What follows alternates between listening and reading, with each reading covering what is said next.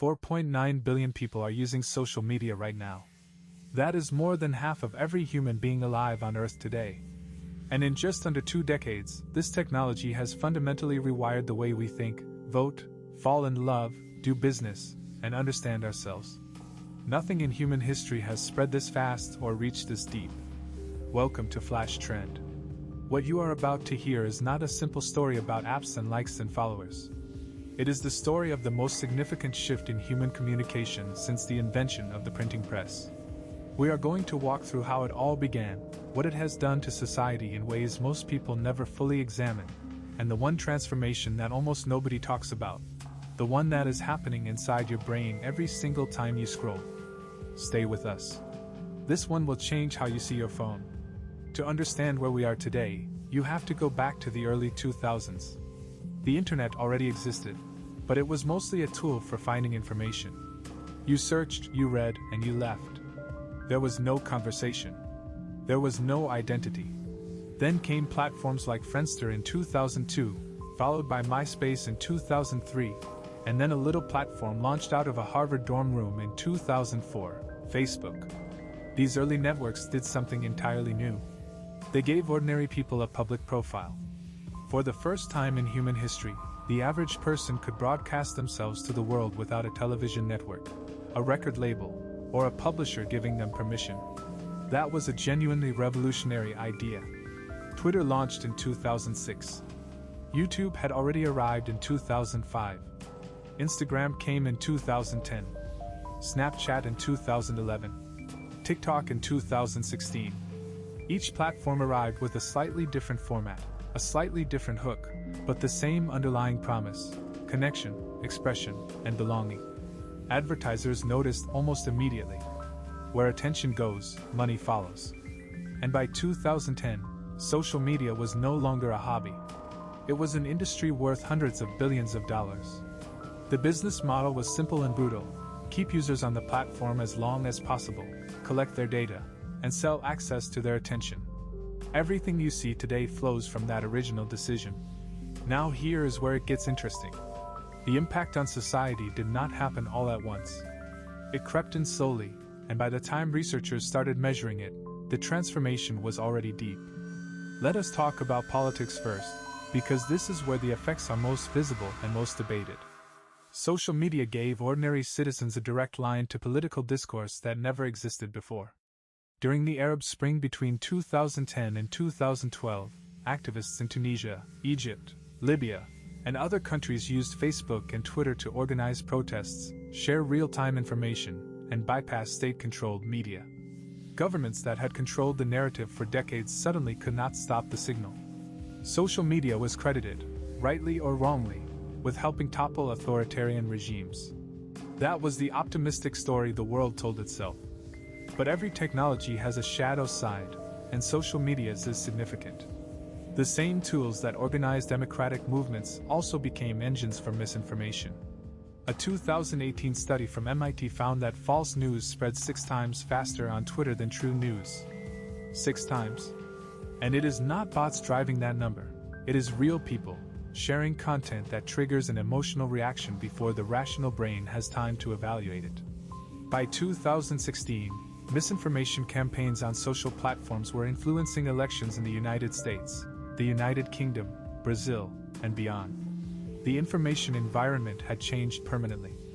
And once you understand how the algorithm works, rewarding outrage, amplifying conflict, and burying nuance, it is not surprising. It is completely predictable. Every 90 seconds, ask yourself, who benefits from keeping you angry? Because the answer is almost never you. The economic transformation is just as staggering. Social media did not just change how we communicate, it created entirely new economies. The influencer industry alone is projected to be worth $21 billion by 2025. Ordinary people with a camera and a consistent posting schedule are now generating full-time incomes, replacing traditional advertising models that took a century to build. Small businesses that once needed a physical storefront and a local newspaper ad can now reach a global audience for almost nothing. Etsy sellers, independent musicians, independent filmmakers, fitness coaches, and financial educators have all found audiences they could never have accessed in any previous era. But the economy created by social media is not purely democratic. The platforms themselves capture the majority of the value. When you create content on Instagram or TikTok, you are building an audience on land that someone else owns. The platform can change its algorithm tomorrow, and your reach disappears overnight. Thousands of creators have discovered this the hard way. The promise of the creator economy is real, but the power still sits at the top of a very small pyramid.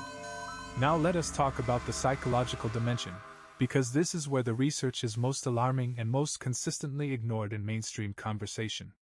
Social media was not designed to make you happy. It was designed to keep you engaged. Those are two very different things. The infinite scroll was invented by Ozzy Raskin in 2006, and he has since publicly apologized for it, estimating that it wastes approximately 200,000 human lifetimes every single day worldwide. The like button, originally called the awesome button, was meant to spread positivity. What it actually created was a feedback loop that ties human self-worth to numerical metrics. When a post gets fewer likes than expected, the brain registers it similarly to social rejection. The neurological response is real and measurable. Dr. Jean Twenge, a psychologist at San Diego State University, published research in 2017 showing that rates of depression, anxiety, and loneliness among teenagers spiked sharply around 2012, the exact moment smartphone and social media adoption crossed 50% in that age group. The correlation is not proof of causation on its own, but the data pattern is consistent across multiple countries and multiple studies. By 2023, the U.S. Surgeon General issued an advisory recommending that social media platforms carry warning labels similar to those on tobacco products. That is not a minor development. That is a public health statement. But here is what nobody talks about, and this is the insight that changes how you understand everything we have covered. Social media did not create tribalism, anxiety, or misinformation from nothing. It amplified what was already latent in human psychology. Humans are wired for belonging, for status, for in-group loyalty, and for threat detection. Social media plugged directly into those ancient circuits and turned the voltage up. The technology is not alien. It is a mirror. A very powerful, very profitable mirror held up to the most reactive parts of human nature. This is why solutions are so difficult to implement. Regulating social media means navigating free speech, corporate interests, national security, mental health, and youth protection simultaneously. The European Union's Digital Services Act of 2022 is the most aggressive regulatory framework so far, requiring large platforms to audit their algorithms, remove illegal content quickly, and give researchers access to their data. The United States has been far slower to act, largely because of both political division and the lobbying power of major technology companies. The regulatory battle is ongoing and unresolved. What does all of this mean for ordinary people living ordinary lives? It means the environment you consume information in is not neutral. Every scroll is a choice, even when it does not feel like one.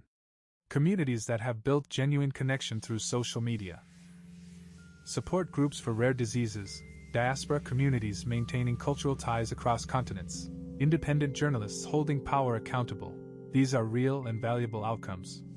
They deserve to be recognized alongside the harms. The honest picture is not all dark and not all bright. It is complicated, which is exactly what a tool this powerful in the hands of this many people should be. Social media changed society forever not because it introduced something entirely new to human experience.